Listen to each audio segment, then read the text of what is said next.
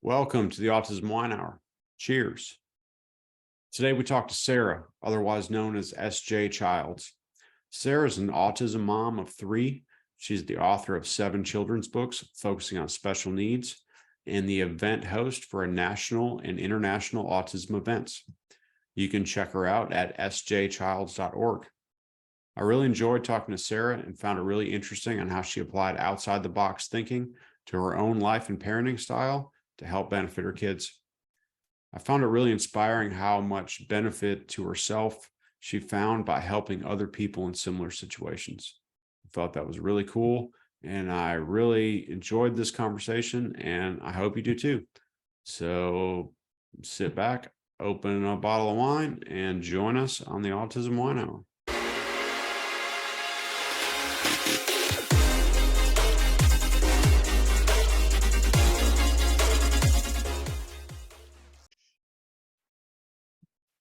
All right, we're recording. Welcome to the Autism Wine Hour. I'm here with Sarah with the S.J. Childs Show. She's a podcaster, an autism mom, an author, a public speaker.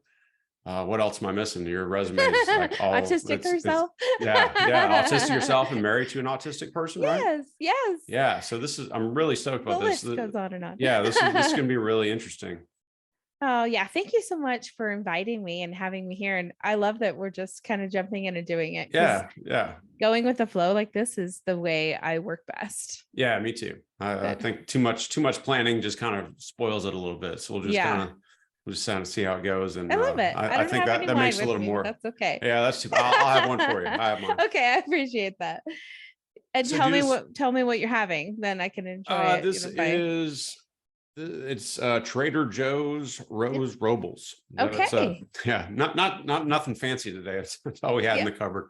Well, and we only can buy our wine at a liquor store in Utah. So we have to go to our state liquor store. And so I can't even go to Trader Joe's. Do you still need do you still need a membership, or is that old? Because I remember a long time ago, you used to have to get like a membership in Utah to be able to crazy. Don't have to do that, thank goodness. But of course you can't buy anything on Sunday. So I really love Utah. It's I've vacationed there usually once or twice a year to snowboard or rock climb or something. And it's like this weird, you're either like totally Mormon or you're totally like some craft beer, like outdoorsy. It's like there's no, you're either one thing or the other. There's not a big mix. No, that is so true. Where are you at? I'm in Jacksonville, Florida. Oh, okay. Oh, well, we were just talking about Florida. That's why you understood what I was talking about. Oh, fantastic. So you just want to kind of introduce yourself and give us a rundown of all the stuff you do and all the things you have going on? Absolutely. It's a lot. I am Sarah Bradford, or S.J. Childs is my author and my host name. It started out, this product started out with me writing children's books so that my kids in my neighborhood could better understand my kids and could help better understand what autism was and how they could help support my children. And then it just grew. I, went to schools and brought the books there, just started to see the value that it had. And someone suggested I go on podcasts. So I started going on podcasts with my books and introducing myself there. And then during that process, someone said, well, you need to do a podcast. So I started my own show, and that was about 2 years ago. And I am on season 7 currently. It'll just be starting up this next week, season 7. I'm really excited. I have a lot of, I would say, diversity on the show, from coaches, CEOs to autistic artists. And I also had a really great experience to interview people like Temple Grandin and some other celebrities from the Love on the Spectrum show that was just on Netflix. Cool. I had Danny Bowman on the show, in fact, before she was on Love on the Spectrum. So just amazing to see the growth and the progress that some of the guests that I've been able to talk to. But overall, what it really did was give me a sense of how great this community really is and how big of a family that it really creates for you. Yeah, And that's really what you need for because it sure. can be very isolating. It can be very, feel like an island, oftentimes, especially if you have a child with more severe support needs that, when you're in public, it's hard to understand for people that aren't educated. And Hmm. so, like you, I just want to bring that education forth in all of the ways possible. And I was telling you, I work in my community with our local police departments, do trainings with the educators and after school programs. I started working a partnership with the hospital to create a sensory room in their emergency room. Oh, that's great. It's kind of stalled. I haven't heard from them quite some time, but Mm, the yeah, intention, there's still lots of emergency rooms out there I can get to. So, but just the idea of what in my community can be more accessible for my child. And that was the meaning behind it. But yeah. then throughout this whole thing, like I have told you that then found out that my husband was on the spectrum, my daughter. And then I went and decided, well, how can I really understand them so well and be so compassionate or, I guess, interested, Hmm. in all of the things that are going on. And so I went and had my own findings done and found out that I was on the spectrum also just last Interesting. year. Wow. So yeah, 45, finding out I'm on the spectrum. And now I can go back and kind of see the things in my childhood, the places where it was definitely missed, that Hmm. they didn't have the information like For we do sure. now. It's interesting. I've kind of thought of that myself of like, I see these kids and I kind of think back when I was that age and I wonder, it's like, huh, like, I could have really used some of these like therapy techniques for like Yeah. communication or like, I don't know. I'd be curious to take that test myself to see if Yeah. where I fit on it. What was that process like to get So, tested for it? yeah, and I was tested in kind of a different way than children, most children and things are. I went to what's called a brain mapping center, and Hmm. I went and had a Q. I want I haven't had it in a while. A QR scan. I want to say that doesn't sound right. Anyways, yeah, it's a brain scan that you can get done. I think it has 3 letters in it. Yeah. And you can it shows you all of the areas in basically what they do is they take the mapping of your brain and then they map it with others, like 300 other people that have any type of neurological conditions, and then that'll show you kind of Kind of where see where you match up match with. up exactly. Interesting. That's very cool. And so it came back with 100% anxiety, which I had known my whole entire life. I wrote the book about anxiety, for heaven's sakes. And Literally. so, yeah, literally. Yeah. And then, autism, ADHD, OCD, dyslexia, a couple things that I would Yeah. disagree with, but, just that's funny how they show up in that way. So, I'm kind of gentle about the way that I say, I wasn't formally diagnosed as much as I found out. They were my Right. findings. Right.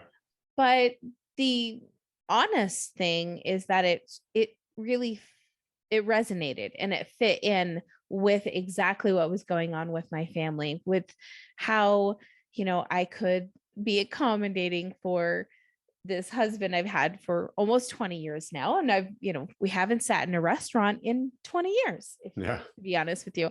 And that was something that I wouldn't have known about until our son, who has really bad food aversions. And so I started to see kind of the, everything matching up in certain ways, Yeah. and was able to, you know, put two and two together. But it also gave me a good chance to be a little bit more uh, unconditional rather than conditional with my son's care. Not worrying about society's time frames of eating breakfast, lunch, and dinner, Right. or sleeping for that matter. He was online school for the from first grade on. And he basically phased out of high school level learning at 12, and he is now 13. And that is something that is a new journey for me to go down to learning all kinds of stuff about this new place to be in the education system. Yeah. So lots of things to learn. But we also have a daughter who was diagnosed at 8 years old, and she has dyslexia as well. So her, journey is much different than her brother's. He still has a lot of challenges, a lot of life skill challenges. Um, Tying shoes isn't the thing we've been able to achieve yet. Yeah. And, he's 13. So, but on the other hand, he studies like 130 languages, Wow. and he's just constantly showing us the things that he understands and he Hmm. knows, in so many ways. So yeah, these kids, they're incredible, It's but it's so they're interesting to see how just how learning. different brains work. Yeah. Like it's like some people can things that like neurotypical people might pick up easy, like is difficult, but like really advanced concepts is really easy for some of them. It's really fascinating.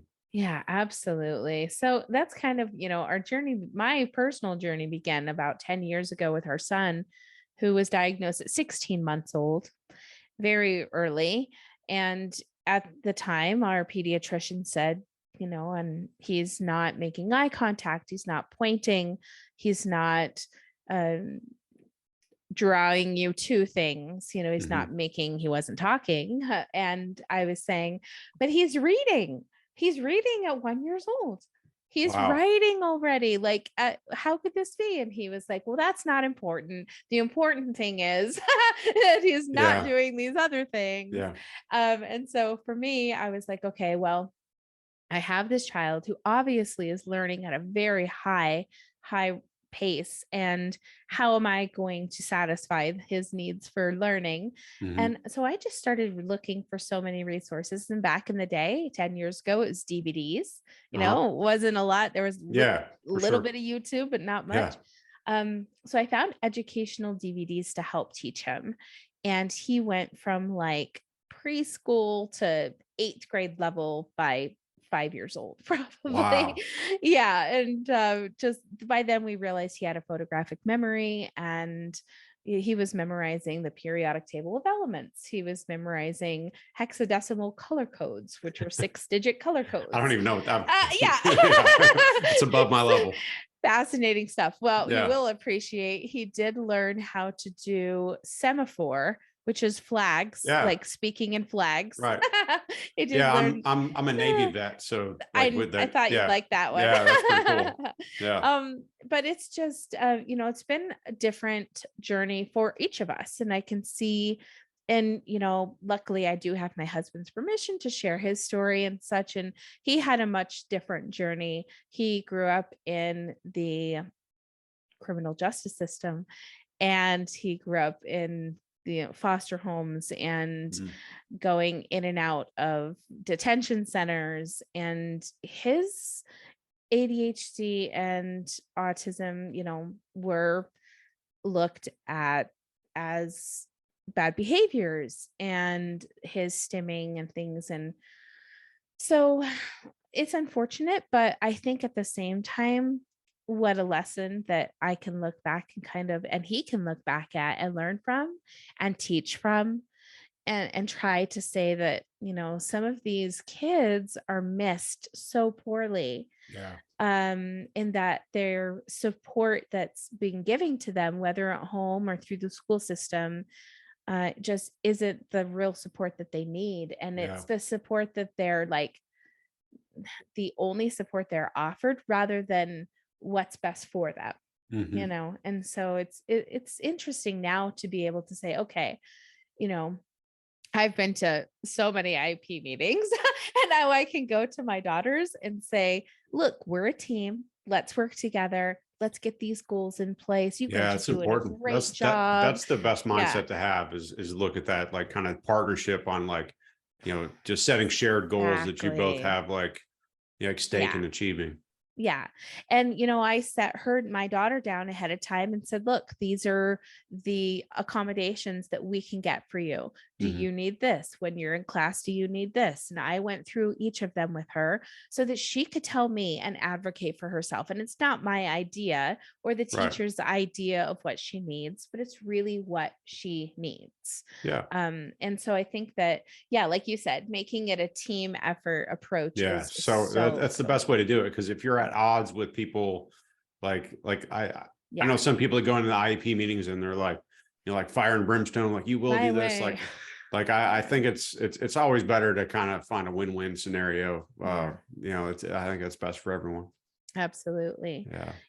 And so this process has definitely been it has its challenges. I'm a really positive person, so I like to stay on, the happy positive Yeah. side, but it does, our son does not as much self-harm as he used to when he was really little, but that's something that's really hard for a parent to go through Yeah. and Yeah. to That's rough. see and to learn how to navigate skills for yourself, skills for them, and to really, skills for everybody that's going to be working with them, basically. Yeah, it can be really tricky and just kind of learning how to navigate, the public and going to the grocery store Yeah. and these things. Well, a kind of a funny story that just recently, this is so silly, just recently I had bought a whole bunch of noise canceling headphones. I saw them on sale on Amazon for like $2. So Yeah. I thought, oh, I'm going to buy a bunch of boxes. And then if I see kids that need them, I'll give them to them or Oh, just that's offer nice. them, whatever. Yeah. So my son opened, I think, all of the boxes, but he uses them. And now we go out to public, and because of the m- more prevalence that it is getting in media and such, it's almost like his business card. He's got the Right. headphones on. People are like, "Oh, I get it. I see. Yeah. Cool, cool." And it's like never been like that in the past. It's been really hard because sometimes the noises or the lights or something can affect him, and he can't control his level of volume. Mhm. He throws his body down and people are just get really shocked by that.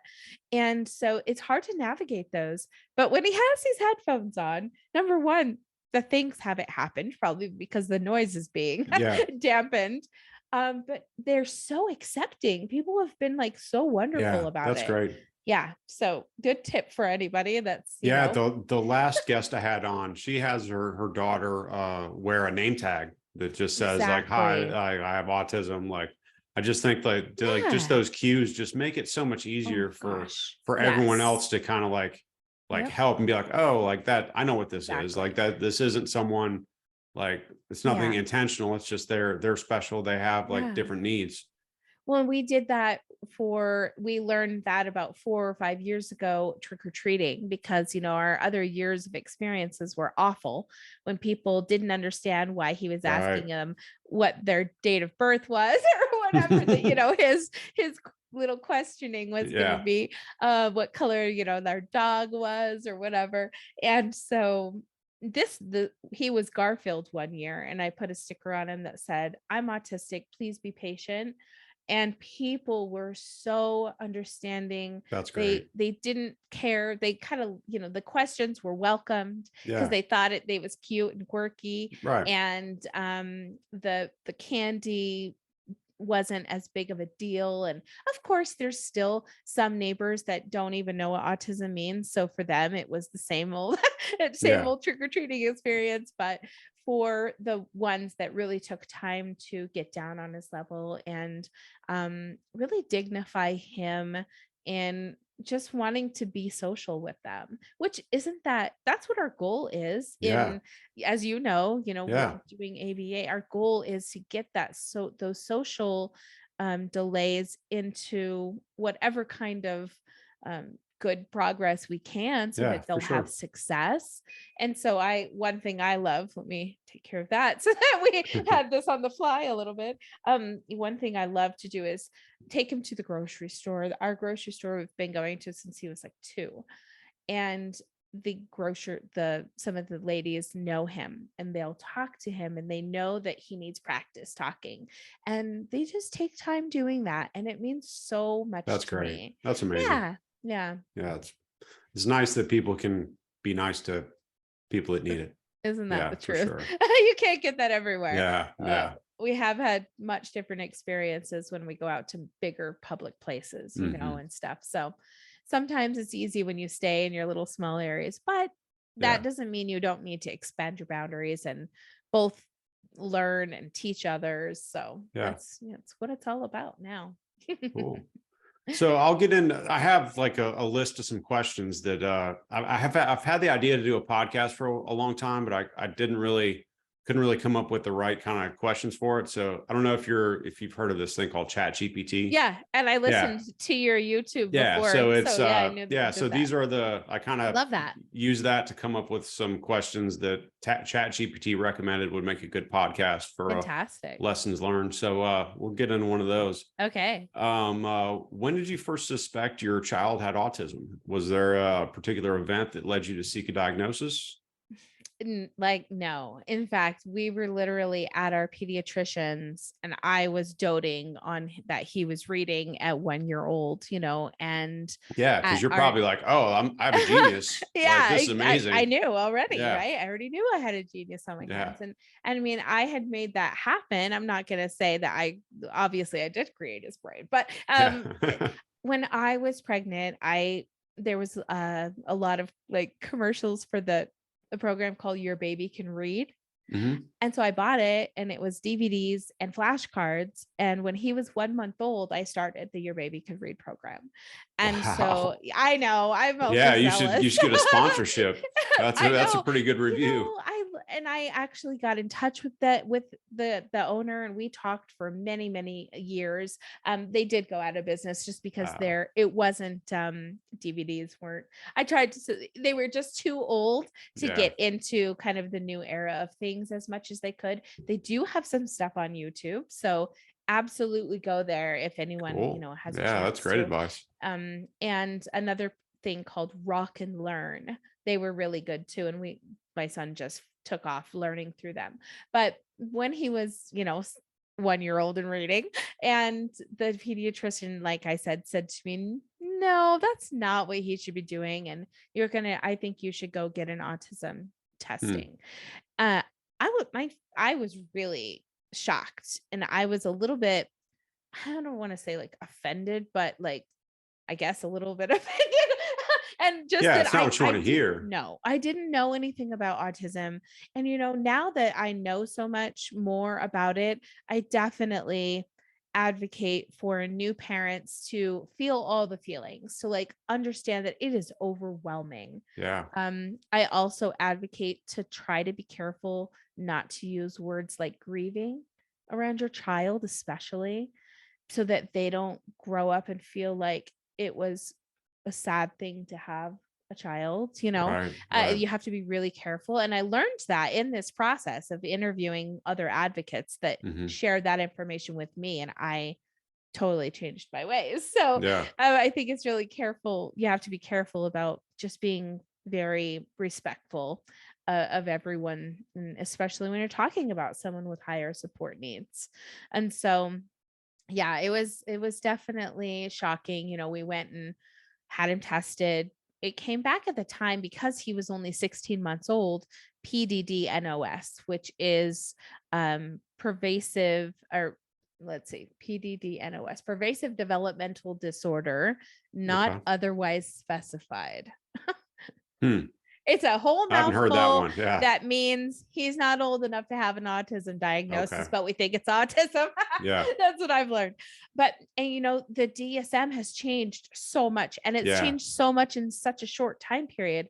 Like, I was just on a panel just last week, and they were talking about how the levels have even been diminished out of Hmm. the process because of that respect piece, being that you can't say that a level 1, 2, or 3 have different support needs that 1 or 2 or 3 might not, or might need, or it's just Yeah.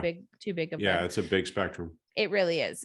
And so I hope someday that they can narrow down that diagnosis process a little bit better and come up with some more defining categorizations for the ease of education, For sure. diagnoses, all of that. Um, but we'll see, right? It'll just be that process. Now, with our daughter, it was obvious that she was writing backwards. And so when I brought dyslexia to, at the time, her school teacher in her charter school, they said, she is so smart. She is one of the smartest kids in the class. She's always coming up with all the facts. Did you know this? Did you know that? She's the Right. fact girl. There's no way she can be dyslexic. So that took a couple of years because I had to kind of go out on my own to find the right help to get her a diagnosis. And Hmm. once we came home through COVID and I had to start her online school, I was able to do the same when her brother had been on, and they have accommodated us in so many ways. So right away I said, she's dyslexic, please, please get her help. And they did. They were like, yep, get her a tutor. And they started right away. Then they also sent the school psychologist to our town, and we met with him and got her official diagnosis, as well as autism and ADHD, which Yeah. we weren't expecting. I guess we weren't not expecting, but not expecting as well. It was kind of a surprise, but a welcome surprise. Like, we were like, this is so fascinating. Now we can understand and help teach on a female perspective. Hmm. And then that's when I started to kind of look at myself and say, okay, wait a second. In many ways, she's a lot like me. In many ways, she's way more her dad than she is like me. But in those ways that she is like me, those are the same things in early childhood that I think are the signs of female autism, to be, if I could be, Interesting. blunt about that. Yeah. Um, I think that, and of course, every individual is so vastly different. Yeah. And I'm only saying this because she's my daughter. She's genetic, makeup of Yeah. me. And so I can see the actual like relativity between us. But for people that, you know, it's not going to look the same as my neighbor's child who has, speech areas or processing in completely different, Yeah. It's all, realms of everyone's going to be things. totally different. Exactly. Yeah. And so you kind of just take it on a piece by piece basis. And kind of like we learned with our son very early on that we were going to need to switch things up in the way that we were speaking. The words like no, stop, don't, those all flew him into major meltdowns. So we learned Really. right away that it was going to have to be us that changed the environment. We couldn't Hmm. expect him to do it. And so we started redirecting with positive reinforcement, like, oh, come on over here instead. Wait, let's go turn this light on, And and what gave you the, instead. like, how did you know to do that? Great question. um, Possibly, gosh, where did I know to do that? I mean, I think me and my husband are a really, really great team in that we're very opposites, number one. And so we think completely differently, which gives lots of great ideas to be Yeah. able to be translated in between us. And so for him, having the early understanding that he was also in the spectrum gave him kind of that piece to be able to say, well, when I was a kid and the Hmm. authorities or whatever said this, Yeah. this is how I felt. Let's do the opposite of what that would do for him and then see what the result is, No, kind that's of. a pretty valuable perspective to kind of look at that Exactly. through your own experiences for sure. Yeah. And so we did. We tried that. We said, okay, we're not going to yell these things. And I kind of, in a couple of my podcasts, teach kind of a funny lesson that I went through, in that I have a 23-year-old stepdaughter. So I've already raised a human adult. And with her, it was a little bit different. And this is why we had to change our parenting, because we'd already been parenting for a Yeah. very long time. And we parented the way we were parented, which Hmm. was yelling, fear, all of the things that we were taught when we were Yeah. kids, unfortunately. Um, but with our son, it was just apparent that that was not going to work. And that was just, it was so much worse for us than it Yeah. was for him, Well, for great us to job be on you like that. guys for kind of Oh, thinking thank outside the you. box. That's impressive. Yeah. So I taught myself a really quick trick, and this is great for anybody that might have that problem, that, it's okay. It's okay if like you came from a family that didn't know how to communicate and you yell, it's okay. You can change. It's totally okay. Yeah. So I said to myself, like, how can I stop this? And so I trained myself by every time I wanted to yell, I actually would yell, I want to yell right now. And I just every time that's what I would have to yell. And it started being ridiculous, Yeah. It starts to That's a sound, great trick though. It's like yeah, just trained your mind yeah, to, that's so really interesting. I got the yell That's a cool out, idea. but then I didn't yell at the Yeah. purpose for the purpose I needed, Yeah. whatever. But then that's probably been 10 years now or more. So I don't even, I think the dogs get yelled at probably, but that's about it. No people. Yeah. So, but it's really great because it changed our form of communication with him, which was then gave us the ability to try to communicate with him. He was nonverbal till he was 4. So, like I said, he was writing and we would write back and forth with him. Or we did learn sign language, right? Very early on when he was young, so that we could try to communicate with him. So yeah, we kind of had to just take things into our own hands. And there weren't Wow. as many resources 10 Yeah. years That was ago, 10 years ago. 13 years A lot ago. has changed in 10 years. Absolutely. Yeah. And, we did start early intervention right away. We were able to do that through getting the diagnosis so Yeah. It's early. great you got that so easy. That makes such a Fantastic. huge difference. Yeah. And, they really helped out. Our very first therapist, I'll give her all the credit in the world because she really stepped in and said, now this is how you can communicate with him. Now he's learning how to communicate with us, but you need to know how Yeah. to communicate with him. And so she said, I want you to start a game. I want you to start the game ready, set, go. It can be ready, set, go, and you run, ready, set, go, you give a high five, ready, set, go, whatever. Just Just those it's prompts before. exciting. Yeah.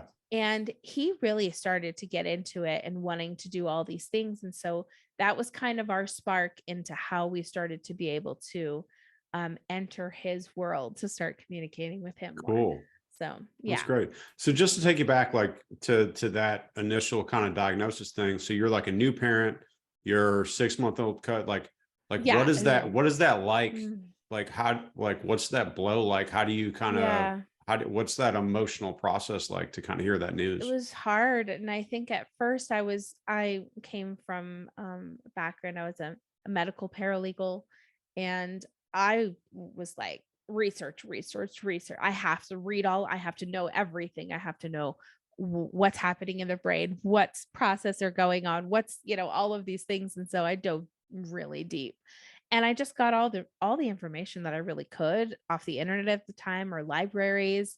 And there weren't a lot of people in my personal circle that had any information or experience, but I did find a person in my past who was my ex sister-in-law, and her daughter had autism. So she was kind of like my first lifeline Hmm. that said, it's okay. There are resources. There are ways to find out how to communicate with him, and things, because it was definitely overwhelming. I was also pregnant with my second child, which Wow. is I kind of a double fear on top, because you don't understand everything you're dealing with. And without Yeah. that full understanding, you kind of run on fear. And we have this, I had said this earlier, we have this quote that we made up for the SJ Child show. And that is, a little bit of knowledge turns fear into understanding. That's great. And it's just like the label saying, I'm autistic, please be patient. Hmm. A little bit of knowledge just helps people understand. For And sure. at this point, when like he was really little, it was definitely it was hard and scary. And I didn't know who to turn to, or who to talk to, but I did find my way. And then through that, and getting information, I was kind of introduced to finding out more holistic ways to help, which is anyone's, you know, decision if they want to take Yeah. that route or another. And so I decided I was also previously a massage therapist. So I had that kind of naturalistic, holistic ideas and experience that I had. And I thought, well, how can I take these two things and the research and the experience with like my knowledge of the body and help him. And I think that was the turning point, is when you stop focusing on how it happened, what's going to happen. Next, it was, well, how can I help him? Like, what Right. does he Right. need? And Like that really accepting the like flips reality a and just switch. looking how to make progress. Exactly. Yeah. And from then on, it just like took off. And, like I said, we got the early intervention. Preschool was amazing. Preschool services, kindergarten services, just hands down the best experience we ever had in That's great. education. Unfortunately, when we got to first grade, they said, we don't have teachers that teach algebra to first graders. Like, we can't do this. So we came home and had to find our own Wow. resources. But yeah. So what was the impact of that like on your own mental health? Was there like a struggle in balancing kind of your own Yeah. self-care Oh my gosh. with the Yeah. additional needs of having a special needs kid? I Like would what was say that like? 1,000%, because it was so isolating. I didn't have family who understood, who were still kind of in the old mindset of, oh, he'll grow out of it, or, oh, do this, you're not disciplining enough, or you're not doing this right. And a lot of judgments from the outside world. So that was Yeah. hard. And I think for a time period, it was definitely after that first grade. I think there was probably a good maybe 6-month time period that I was just in like full depression and I didn't know how to help. Like, I was getting help, but we were getting ABA, but in my own mind, like you said, my own mental health had just like Yeah. rocketed. And I just was, and it for me probably looks different than a lot of people. I just lose myself in like do my own thing. And so like my guilty pleasure is reality TV. So I spent the next 52, at weeks, hours, whatever, 50 months just watching reality TV, and I didn't do Yeah. I didn't make any progress. I didn't work on anything. I was just like stewing in this like, I can't do anything. I don't know what to do. And then I started writing the children's books, and it was Mm. just out of an idea to make a book for my daughter for fun.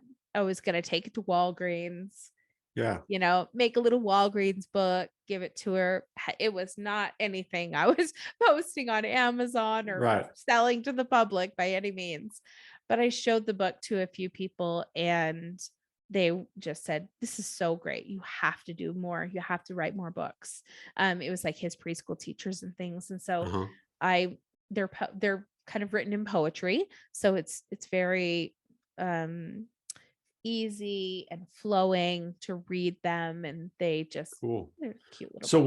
what are your book names and where can people find them if they're interested? Yeah. You can literally Google SJ Childs and so much will come up. So many pages of Google. Thank Yeah, goodness. you have Yeah. a lot of Thank stuff. you. Yeah. I've been working so hard at it, and you don't even realize when you've gotten to a point that you're like, oh my gosh, I've done so many things. I've probably had, 45 to 50 of podcasts on other people's shows, 200 of my own show. And then the books are on Amazon and Walmart.com, barnesnoble.com. They are called the SJ Childs Books for Children series. Healthy minds create healthy futures, I believe, is what like the little That's great. series is called. And they are books about autism, dyslexia, Down syndrome, anxiety, physical differences, and am I leaving anything out? I think that's it. But yeah, they were just, and I have written more. I just don't have the capacity to get them illustrated right now and all of Mhm. the other things. So there Yeah. it's then and things just keep moving, right?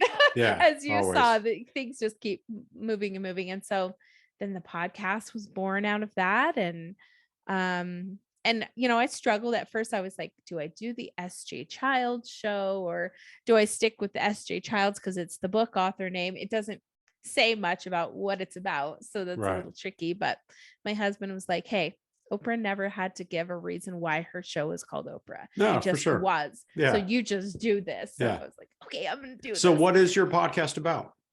So right now, it at the beginning, it started off me just wanting to interview anyone that was interested, right? And it was like CEOs or authors, or I had a lot of artists or autistic artists, and I kind of tippy-toed into the autism community with my podcast. And then all of a sudden, I just blew up in it. And I was just interviewing all of these advocates, celebrities, icons, experts, professionals, just so many Wow. people. Very cool. And so then now and then I still have the other kind of episodes, but now I've decided, since it's kind of diverse, I decided I'm going to try to fashion it up a little bit. And so now I'm doing series. Like my season 6 was an all autism podcast series. So every single episode in season 6 is either an advocate, they're mostly all autistic, or they are professionals, or authors, things like that. And then my season 7, which is just starting this next week, is going to be parenting.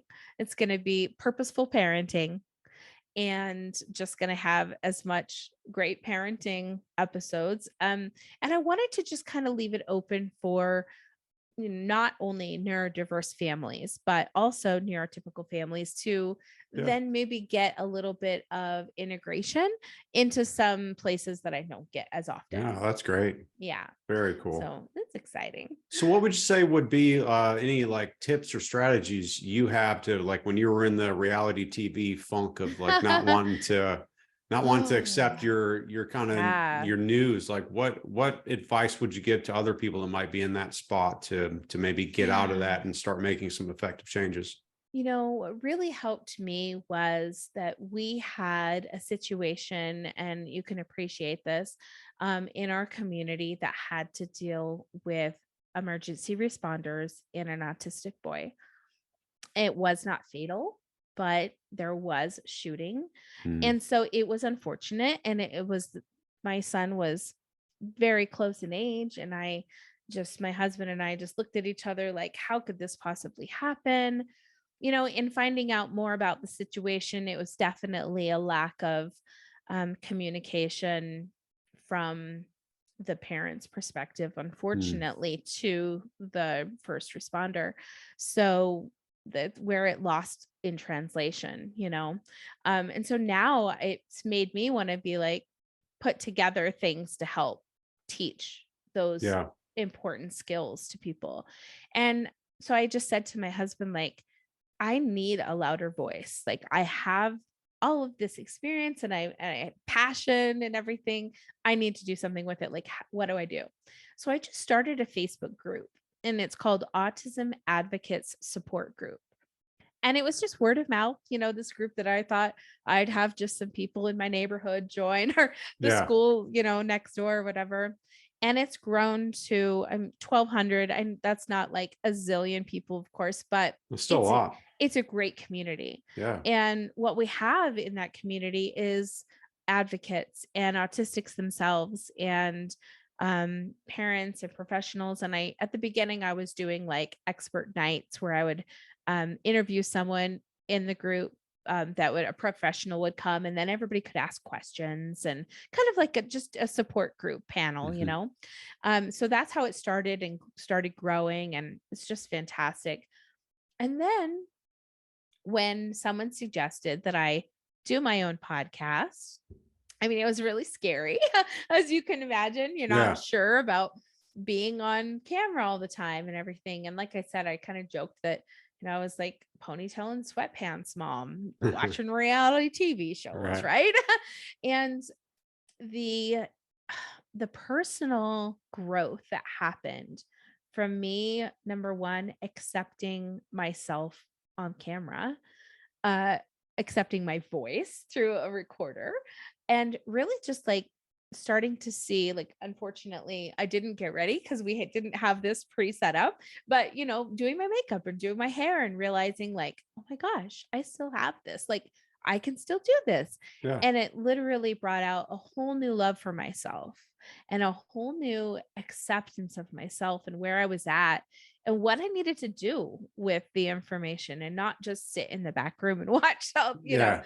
but really be more interactive in the community. And so I just dove really deep into how I could get that done and started networking and building the page, just the podcast and Yeah. everything from ground So up. So to just to summarize your answer, it sounds like your answer would be like to find something productive to do. I think so. I think so. Yeah. I think you just put your mind to it and then Yeah. it just takes a little dedication and a timeline. If you give yourself a timeline, that often helps too. We For said sure. we're putting this first episode out at this and this date, and that was when it had to be done. And Yeah. so got it done. Awesome. So, how did you navigate the process of finding support and resources for your family? Do you have any advice to That give was people? tricky. Yeah. I mean, I definitely, like I said, reached out to family and friends and kind of clung on to the couple of people that had information, and they were like my lifelines, until I started my own Facebook group, I would say. Yeah. And then I started building this whole big community around myself, rather than having to go and join all of these other groups. And they had them, but I didn't always feel like welcome, or I felt like if I posted about this, I might be judged, this or that, blah, blah, Hmm. blah. And so having my own space to be able to kind of moderate my own Yeah. way Yeah. was That's so wonderful it's because, empowering. yeah, it really Yeah. is. You're And really taking ownership of yeah, like kind of the cards you got and playing the best hand you can with it. It sounds like. exactly. And so Yeah. it turned out to be really great. Plus, when I was when he was in preschool, when my son was in preschool, and that was, maybe 7 years ago, the school offered me a kind of a volunteer position to do parent student wait how do they call that, parent liaison. And so I was like a special need parent liaison, so other parents Cool. could reach out to me to get resources from the school, or I could help them navigate those. And they must have just seen the passion that I had for Yeah. helping. And whenever I was out there, I Do was always chatting with the parents and stuff. I've So never actually heard of someone doing that. Is that something that's pretty common? Have um you seen that in other schools, like a parent gosh, liaison? no, and I think that I don't know if it was just special to my school or not, but Yeah, that sounds really, I really positive yeah, kind of thing to do. That's great. definitely. And so kind of with that, I had like this small group of parents from his preschool class and kindergarten class. That's where it started. It started with those like little group of parents. And it was kind of funny. I just came to my brain. My husband, we bought like an old, super old camcorder. And my husband was like, you need to interview these parents, you need to do this. And that never happened. It, Yeah. it didn't, here we are 10 years later. Finally, we're interviewing people. But yeah, it was definitely would have been a great idea to start off with. But it was important that I built all these relationships with these Yeah, parents, because then I could we could bounce off each other and help for each other in the sure. You community. build your So own kind of support network. yeah, Yeah, definitely. that's Because we great. we don't have it in our own family. Like, we are literally an island of four. Mm, And we've learned how to successfully be that. We've learned how to, like I said, let go of dinner time routines, or routines that were like so important in our childhood, and we had to do this and had to do that. It was always like control and fight, right? Kind of a yeah, thing. We don't do that. We don't yeah. have those Your kinds of perspective changed. issues. Like Yeah, your so priorities, like kind of got rearranged. no, much, Yeah. so much. Yeah. So, does any of your kids have trouble communicating with peers, and how do you help encourage or foster communication with your kid So and hard.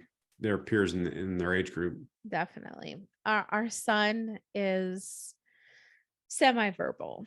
He, I mean, is profoundly gifted in his genius, but he is still has a really hard time with communication. He's gotten a million times better than when he was nonverbal, of course, but it's still really challenging for him. And that's going to be probably one of our focuses that we need to just stay focused on with him, is Yeah. that constantly learning how to properly communicate in with people.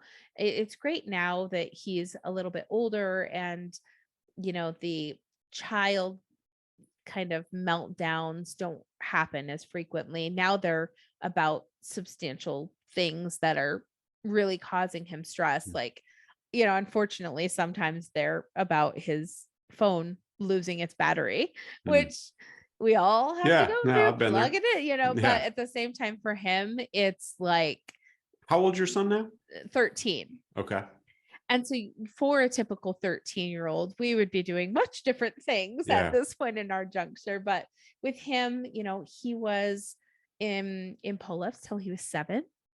And I had tried so many different tactics and programs and, all of the things, but I really learned that I had to listen to his biology.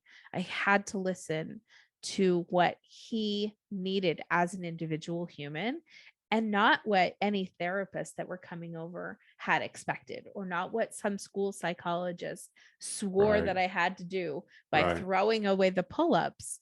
And then for a month, I was cleaning, I was a CSI cleaner with my little CSI badge things, going around and cleaning up all the messes in my house for a month.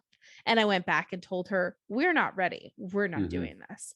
And like, I really had to be strict about it, and kind of, but as far as helping him now, like I said, that's why I really appreciate going to the grocery store, where they start the communication with him, Yeah, that's ask great. him questions, and they go back and forth because they know that's his struggle. Mhm. My daughter is like highly emotionally intelligent. Her language skills are far past her physical age. Yeah. And that's hard too. Sometimes I'm like, vitamins that can catch your daughter's body up with their age group, right? Not happening. But she is, I think that also causes conflict with peers, because they are all at the level that she was at a couple of years ago, Mhm. and she's already surpassed in some of their social emotional learning. Yeah. She's surpassed those kinds of things. So it's this Makes it tough really, socially. yeah, and it's a very big difference. Again, huge on the opposite ends of the spectrum there. So it's been really interesting. And I think that my husband, I have to give him so much credit, because all of those therapists and group things, and all the things he was forced to do in those Mhm. group homes and detention centers and everything, really gave him the ability to be a therapist in his mind, Yeah. basically, after No, it those makes that sense. So he had that enough much on training. the job training, He was on the Yeah. job, right? On the job Yeah. training. And so now he's just brilliant. Not now, of course, I know he also, has Asperger's and is just brilliant anyways. But Mhm. and just in the communication, he taught me so much, and how to manage my emotions and how to communicate properly. And I mean, have to give him really all of the credit. Like, I didn't come into the relationship with all of the skills I have now. Yeah.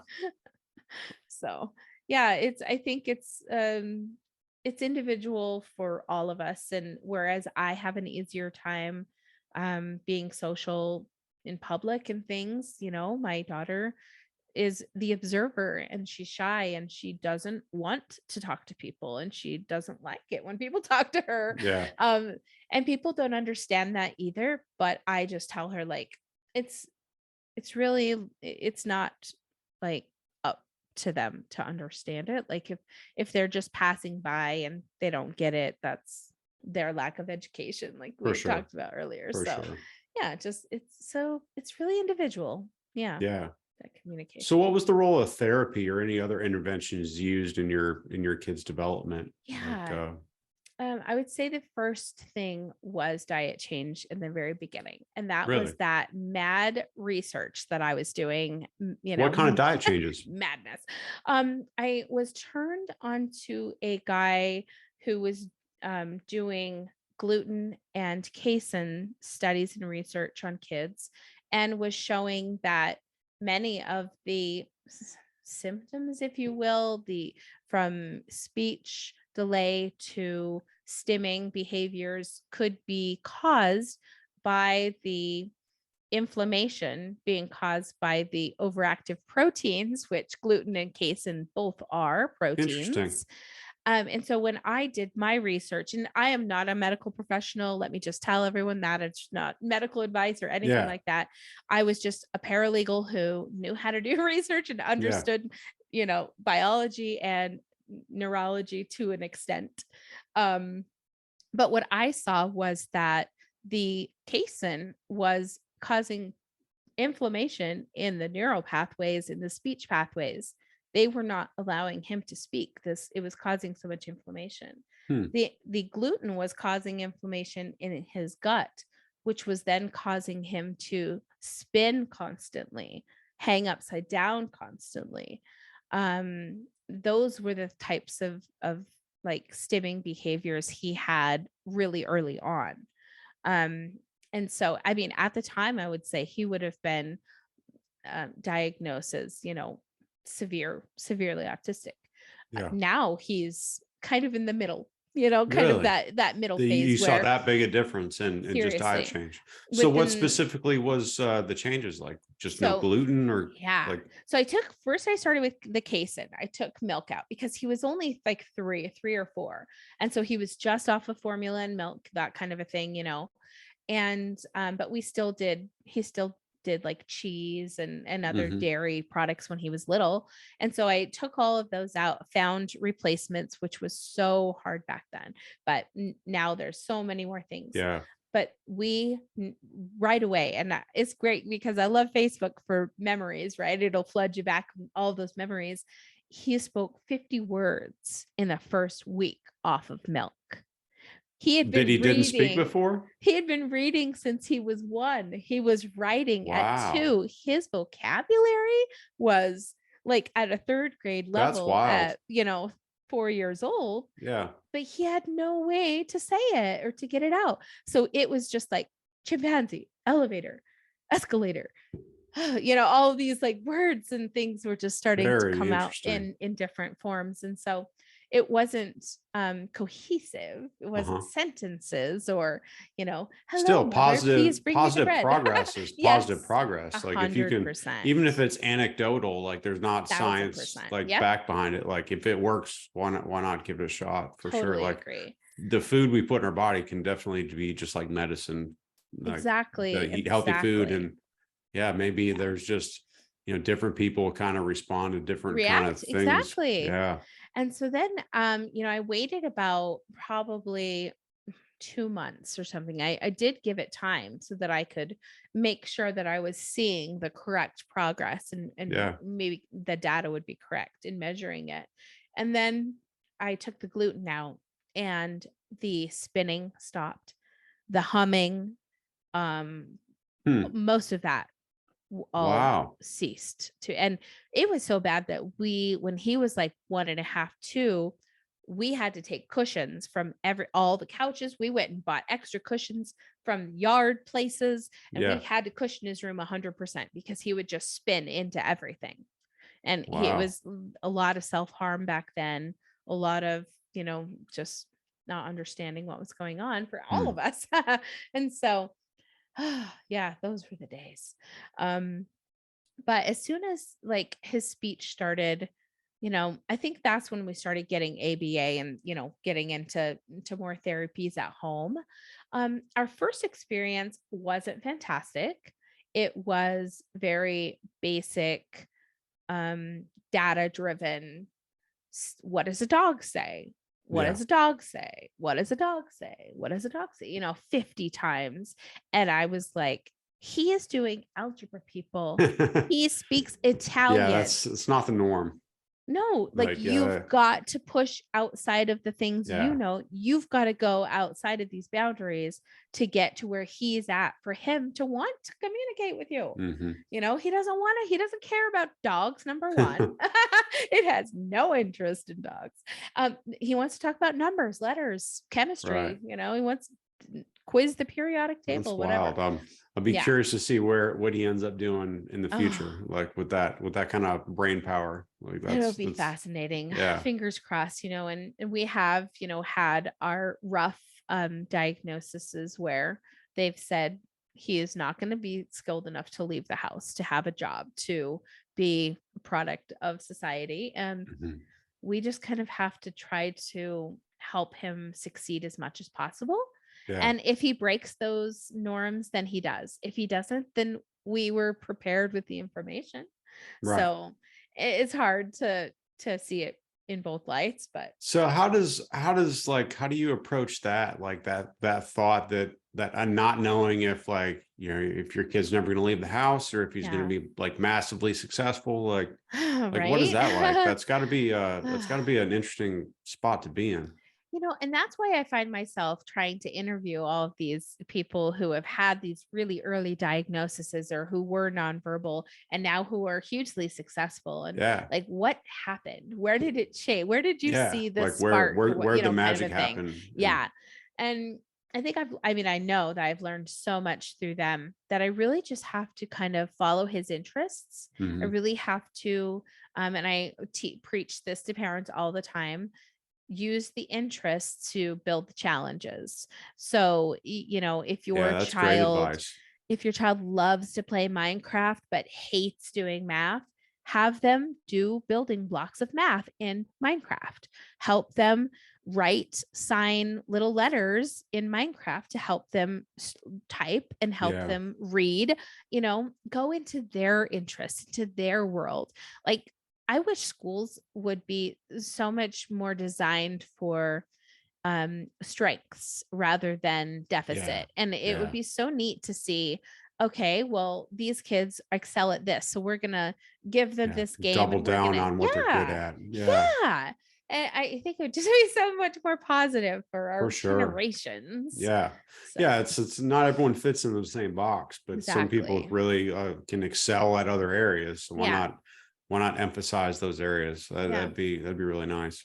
And, for our son, that if he does end up staying, and, dad and I are prepared for that. We know that, um, we don't have a will and trust set up and everything yet, which Mhm. we definitely would like to get a special needs trust because they can really help leverage your uh everything for your Yeah. child when something happens to you. But I do have resources to get that stuff, so as soon as we can financially take care of Yeah. that. But those are the kinds of things like we understand that we might have to put into place. Mhm. Yeah. I actually have a cousin who's on the spectrum that's older. I think she's young 30s, but she still lives at home. Yeah. And my aunt and uncle, they're getting older, and that's like a constant source of kind of like stress of like, oh, What's what are going we to gonna do happen? when we're not Mhm. here, kind of thing. So honestly, that's one of the things I'm kind of hoping to learn of Yeah. to kind of pass on to them from talking to people like you. Like that's a really rough spot to be It in. is. Like And what kind of so planning is involved with that? Or like what does that look yeah. like? Well, and a lot of financial planners, if you tell them you're a special needs family, they'll help you out. Like, they Okay. will give you major discounts or even free services, because they understand like how Yeah. difficult it can really be. And so I would start there. I would say start with a financial planner, a financial advisor.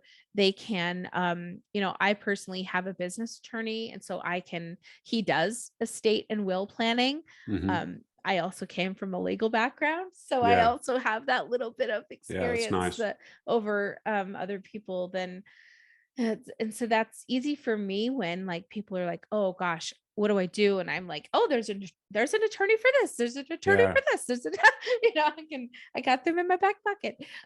So it's important to have those things in your mind. If you don't have them planned out already, at least have an idea of what you know are going to Yeah. need to do. Yeah. So, So going back to, you have a 13-year-old son. How do you manage finding independence and like them like finding the right balance of independence and support? yeah. Like what advice do you have for parents Um, to cut and try to accomplish hmm, that? I guess it would be um right away we learned that like we couldn't us sitting over and like press this button or learn this way, that wasn't how he was going to learn. He Yeah. was taking things and running with them on his own speed. So finding him resources, number 1, like I said, those educational DVDs and access to those types of things were phenomenal. They gave us the access that school couldn't give us. Yeah. They gave him the process to intake all that information at whatever rate he wanted to take it. If it was 3 in the morning and he wanted to watch Rock and learn Spanish, I am not stopping Yeah, no him to doubt. do it, right? I'm a stay-at-home mom. I can manage like the time differences.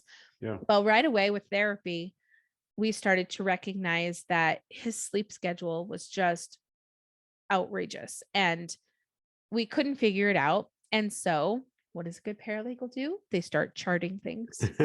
So I started charting every kind of the sleep cycle and I started noticing, huh, this looks very familiar to me, kind of like a moon. And I started to recognize that his somatic body responses were really matching up with chronologic, like Interesting. yeah. Yeah. And so Like a lunar I cycle type. yeah. And I Wow. literally matched it up and found that the 2 weeks, so not the full moon, not the new moon, but the waxing and waning period were times that he was going through high or low stress. And Wow. he would sleep during the day, during the after the new moon, and then during the night during the after the full moon. So it was as every 2 weeks he would be asleep in the day, every 2 weeks asleep in the night. That's fascinating. But when you're a therapist coming to our house that wants to do their job, Yeah, that's they rough. were not really happy Yeah. about that. And Yeah. especially when I was like, it's the moon cycle. And they're like, yeah, whatever, lady. You're Yeah. crazy. Yeah, I bet. Yeah. But I proved it. I literally proved it. Wow. I dug so deep that I actually found information that explains what chemical is actually activated in your brain during those exact cycles. And so like the new moon activates I may say it wrong, I apologize, but like acetylcholine, I believe it's called. And it is the chemical that makes you want to start new things. It makes things fresh and exciting, and it's giving you a lot of upper kind of things. And then you move in to serotonin. Then you move into, as people know, dopamine at the full moon, where they don't want to do anything. And it's Yeah. kind of a lazy time and it's kind of slow moving. And so I really just started seeing all of these things that matched Wow. up I've and never just heard said, anyone put those two things together. That's I that's that's know, really wild. that's why I realized Yeah. that I was autistic, right? And so, yeah, but it really helped. It changed everything for our family because no more forcing sleep with melatonin or whatever, no Mm, more forcing these times that was only important to society's idea of what time right. it was. Yeah. It wasn't matching up or resonating with what our family needed. And the funny thing was, I was married to this guy the whole time who was taking naps all the time and never recognized that his sleep pattern was much the same, that Really. he was oftentimes sleeping in the daytime and awake in the nighttime. And we don't give care to the adults, right? Yeah. He's got a job, he's doing his Yeah. own thing. Like, who cares if he sleeps during the day? Well, everyone cared that my son was doing it.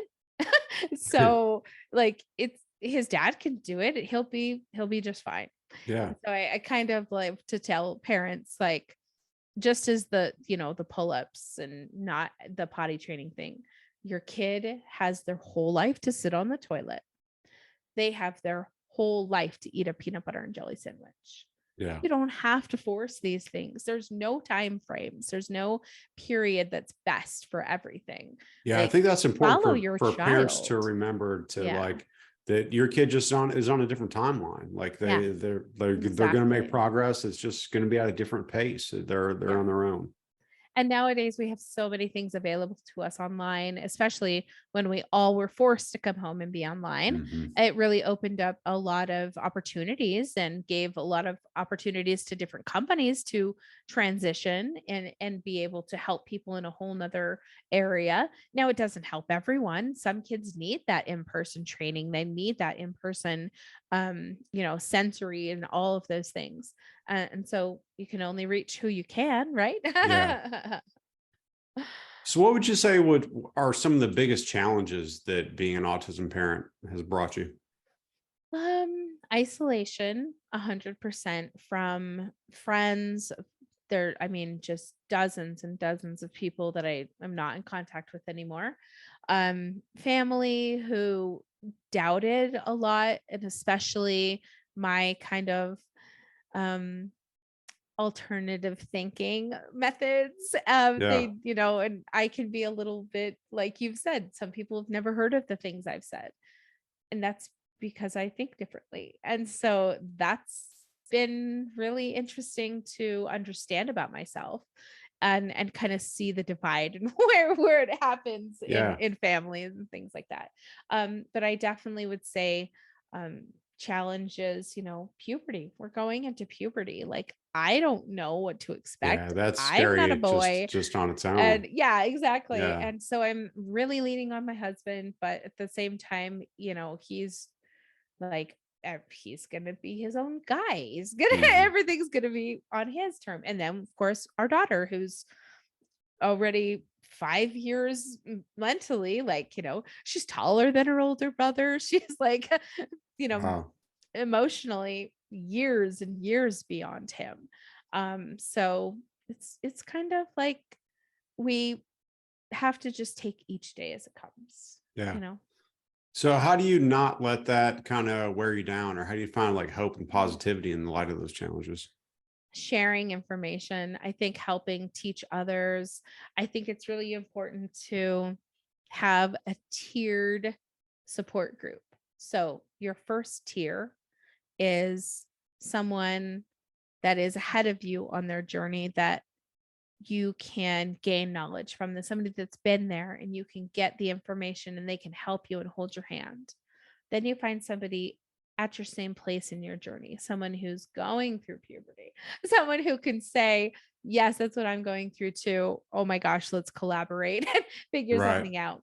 Yeah. But then I think the most important step, the most important step, is to find someone at the beginning of their journey and be their mentor. Mm, Mentor them, be there for them. that's great. I love the quote that, your flame is never does never go out by lighting someone else's flame. And that is so true. You can ignite all the flames in the world without diminishing your own Right. self. For And I sure. believe that to be extremely true in the autism community, where I find it so uplifting to now make a place and a platform for autistics to share their story, to celebrate themselves, to feel seen and heard, and really have a place to just express what they think is important for the world to Yeah. change. That's great. That's really inspiring. That's a really great way to look at it is like the way you kind of find positivity is to like help others to Yeah, like get value, like to get that feedback and feel like you're kind of making some positive momentum somewhere else. That's really exactly. great. Yeah. And we haven't even talked about this, that I've from all of this has started doing events. Last year I held an event. It was a virtual event called the 1 in 44 tour. And at the time, of course, there was 1 in 44 Right. were the numbers. and it consisted of 34 autistic advocates. Like I said, the celebrity from the Love on the Spectrum, she was there. The world's or the nation's first autistic supermodel, who is also Miss Oh, Florida, cool. That's she's great. there. We had music performances, we had a rapper, we had guitarists. I mean, I just found like the gamut and the plethora of all of the autistic amazing minds I could, and threw them Yeah, on to a 2-day event. And that's so really cool. it was amazing. We had podcasts that came on and did like took over an hour of the event and ran their show for an hour. And so it was such a great event. It was like 2 days long, and it was the most exciting experience. So That's exciting. amazing. You're Yeah, doing so big stuff. thank That's you. cool. Well, Yeah. this year, because the numbers have changed, we are calling it the 1 in 36 mix. It's 36 now. Yes, Wow, 1 I in didn't. It was 36. 42 last time I checked, but It was just wow, last that's week, I think maybe even the beginning, wow. April 2nd or something. The CDC came out and said, yeah, 1 in 36 are the new numbers for 2023. That is So, crazy. yeah. So, yeah, that's where we'll be. So, you're welcome to Wow. come join us for a podcast hour in the 1 in 36 mix. Yeah, that sounds really cool. Yeah, it's a Yeah. lot of fun, and you make so many amazing connections. And Yeah. like I said, it's turned into a global affair rather than just even a Wow. neighborhood to do. So Well, it's yeah, because if 1 out of 36, like that's just not Americans. That's probably something similar everywhere else. Like maybe yeah. until they figure out like what is causing this rise or Evolution. That's what I yeah, like to think of it as, only because my own family is, yeah.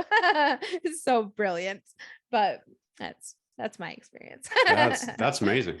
So Thank how would you you. say your perspective on parenting and life have changed as a result of being a parent with autism Oh or finding out you're gosh. autistic yourself? Yeah, so much more patience from the very beginning. So much more patience. Just I had to have. Like it was I had to. There was no other options. He was just so sensitive. And so I just had to be so patient right off the get-go. And that leads to a lot of other growth when you get kind of introspective and you want to be the best parent for your kids. I think that it really taught me how to be a positive parent in the way that I could still have boundaries and my kids could still have independence. I didn't need to control everything they did, which was, I think, a lot of what parents think parenting is how do I control this person to do Yeah. this? Or Yeah. how do I help this person to have the same experiences I had? Or those things aren't real. Like that's not realistic. And my husband has a great analogy for parenting, and it really helped us with our oldest when she left the house and started her own life. And he said, parents are like a bow and kids are the arrow. And it doesn't matter how much time or craftsmanship or anything is put into the bow or the arrow. Once the bow releases the arrow into the world, Yeah. Nothing you anything do. could change. Yeah. Wind could change the trajectory. A rock could change anything, a bird. Yeah. So you just have to kind of wherever it falls is where it falls. And that's where you start from next kind of thing. So Right. yeah, it's been That's a an, great an analogy. interesting process. Yeah.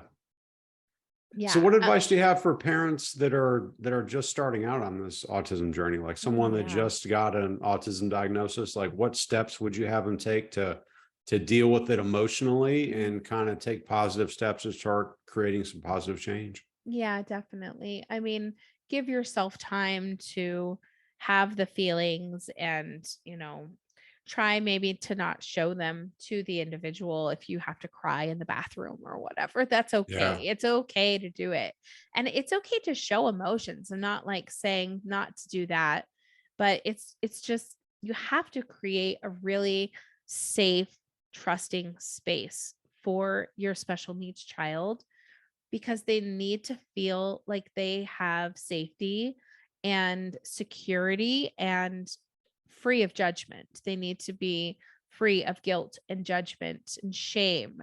And I think that it's so important when my husband and I were first dating, we I'll just be super upfront and honest. I had a problem in communication all growing up, and I lied a lot into my early 20s. Just it was a big problem.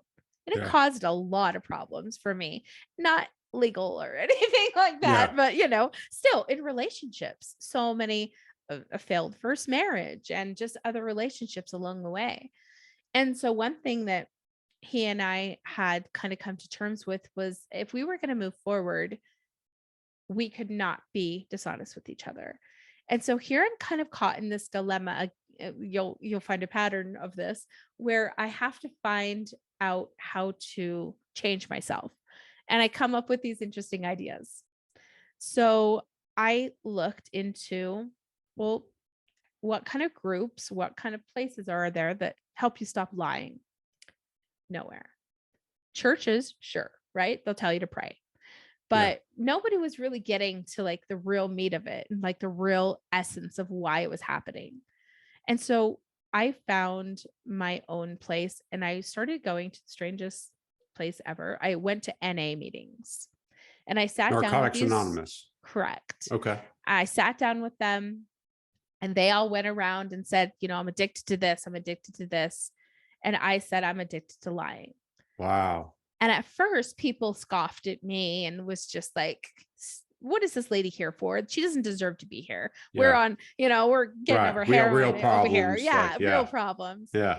But throughout the time being there, they really started to understand me and understand how this was really affecting my life and my relationships and how Yeah. I wanted to stop just as much as they did at whatever they were doing. Like I had the same rights and dignity to be in that Yeah. same What space gave to you the help idea to go to myself. Narcotics Anonymous for that? Right. Just That's like that's literally like have no completely idea. outside the box. That's kind of like that's Yeah. a theme for you, I think. I think so. Yeah, isn't Yeah. it? That outside the box thinking. And so I did, and I after 8 weeks or whatever it was. I mean, during that process, obviously I was holding myself so accountable that I had a wonderful partner who held himself to the same standards. And throughout that time, we just kind of taught each other and learned that it had to be 1,000% honesty between us, which then, of course, bred a beautiful communication. And then we were able to, learn how to be good communicators to our Yeah. children and Yeah. in front of our children. And so, yeah, it's made a That's great. huge I difference. love how you've said that twice now, to where you're like, I'm not trying to change something external to me. I'm going to change how I'm approaching things. Like, Mhm. I'm going to change things within myself to Yeah. like better this situation. I think that's really interesting. Thank I think that's you. really that's a great way to kind of look at things. I hope it's worked for me, Yeah. and I That's like awesome. to, and it also, I think, helps then I can give these kind of tips, right? And information and say, Yeah. I have anecdotally put myself through this process for your betterment. No. That's Oh, great. yeah. Cool. So what have you come to understand about the autism condition Mhm. based on your experiences of having autistic kids, being married to an autistic man, and Yeah. being autistic yourself? Yeah. Like what is it like? How do you describe it? Oh, at first, definitely I've described it as um a different way of thinking. Now I think of it as an evolutionary way of thinking and think about all of the ways that just me myself think outside the box. Or I can look at my husband who sees things 10 years before they happen and can just tells me these things, and he'll be like, all right, this is going to be happening, just so you know. The years pass and he's like, remember that thing I told you that was going to be happening? And I'm like, oh my gosh, yes, I'm keeping track of these things. So I've seen that a number of times throughout the years. So I think that just really yeah, learning to kind of give ourselves patience, number one, because we all deserve to kind of have patience for ourselves. I think I'm probably the worst at that, though. I think I probably serve others better than I serve myself often. Yeah. So something else I'm gonna have to work on. No, I'm just joking. What program am I gonna come up with next, right? So, but it has led to that. It's led to how to better help people in any journey, any area of their journey, is from getting that first diagnosis. Like, well, if you need help, like, listen to some episodes of the podcast that you find might be helpful, or go to the children's books and find out how to teach your children's classmates about them. Right. Realize how powerful that is. As I was telling you before, that I had done this, it was called the I Am Project, and it was a set of affirmations as well as kind of like a guideline how to teach neurodiversity and sensory techniques to teachers to teach to Hmm. their kids. And it was so fascinating that so many of them took it and just said, I'm going to implement these things. And I see how teaching my kids about empathy can, and teaching them about these different abilities, can really help them to feel community, a sense of Yeah. community with It's their beautiful. peers. So yeah, fingers crossed that we just can make all the differences that we can. That's great. Yeah. So I what's your, think I veered off the question there, but oh no, it's fine.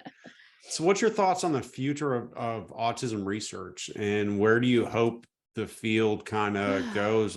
Yeah. What's your like opinion Gosh. of like where research is at? Like what do they need to work on? What are your Right. hopes for it? I think it's really tricky. I think that we're learning so much more, which is fantastic. We need to keep doing research. I think we need to be careful of propaganda of all types of things. It's hard to not understand something, read it, think, oh, that must be it, without having all of the facts to back it up or whatever. I think that's what I see is a problem, is that there's so many things, oh, vaccines, oh, refrigerator moms, oh, this causes autism, oh, Yeah. environmental things. Like, there's so many things that are being thrown into this jambalaya Yeah. of It's like of sensory overload. autism soup. Yeah. Yeah, that I think we have to kind of just step back and say, first of all, it it presents differently in every individual. And I think it's really important to point out, in human history, where have we not had diversity? We always have had Yeah. diversity, always. That's how we So evolve.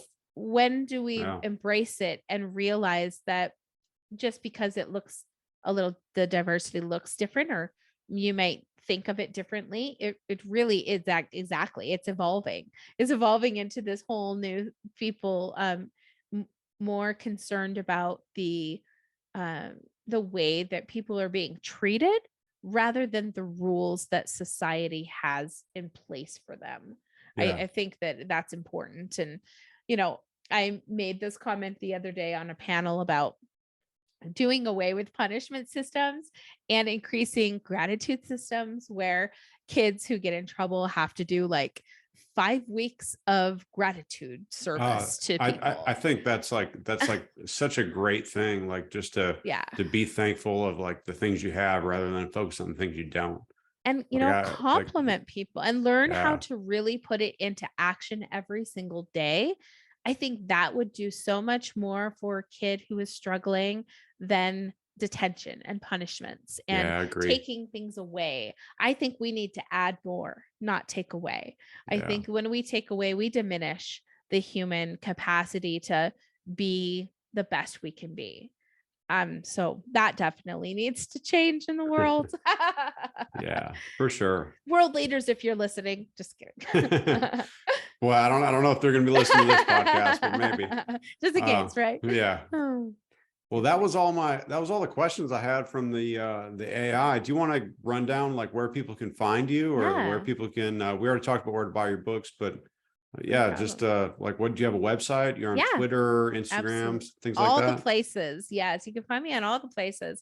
And you can best find me on my website, sjchilds.org.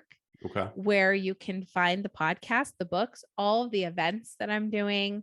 I'll be in Florida this summer on doing a neurodiverse learning retreat. So, Florida residents, if you're listening and you want to be involved, or bring your family, educators, employers to learn about sensory rooms for kids or sensory transitions for adults, we'll be helping provide all of that coming up. So, yeah, that's a great place to find me. And I think you can find the link tree that'll find all of my social medias there too. So, Okay.